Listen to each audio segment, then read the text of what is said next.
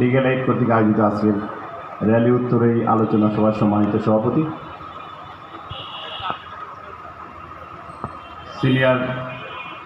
Senior জেলা ও দায়রা জজ, লিগ্যাল এইড নীলফামারী কমিটির সম্মানিত চেয়ারম্যান জনাব মোহাম্মদ মাহমুদুল করিম, মঞ্চে উপবিষ্ট আছেন অন্যান্য বিচারকবৃন্দ, মঞ্চে উপবিষ্ট আছেন বিজ্ঞ জেলা ম্যাজিস্ট্রেট, মঞ্চে আর উপবিষ্ট আছেন সিভিল সার্জন, আমাদের সকলের প্রিয় অত্র পৌর মেয়র, বারের সেক্রেটারি, সামনে উপবিষ্ট আছেন সম্মানিত বিজ্ঞ আইনজীবীবৃন্দ, সম্মানিত সাংবাদিকবৃন্দ, সুধীবৃন্দ এবং সম্মানিত উপস্থিতি, সবার প্রতি শুভ সকাল।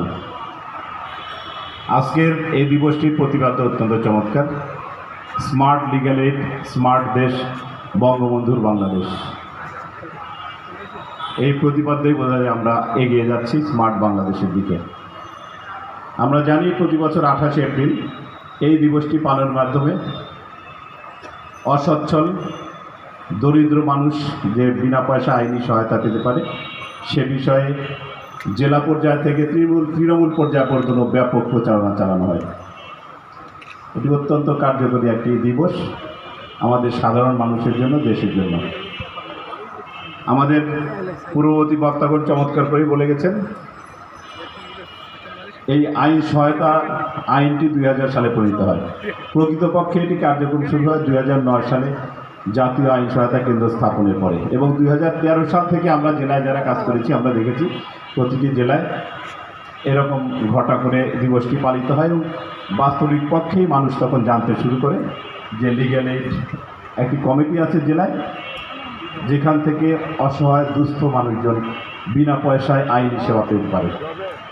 তারই ধারাবাহিকতা আমরা এগিয়ে চলছি এবং খুব দুর্দম গতিতে এগিয়ে চলছি। আমরা জানি প্রত্যেক মানুষের আইনি সেবা পাওয়া এটি হচ্ছে সাংবিধানিক অধিকার, কিন্তু আমরা দেখি কি আমাদের বাদী কিংবা সাক্ষীর প্রতি হুমকি, সাক্ষীর অনুপস্থিতি, অসচ্ছল কিংবা অজ্ঞতার কারণে এই ন্যায় বিচার থেকে কিংবা বিচার থেকে মানুষ বঞ্চিত হয়।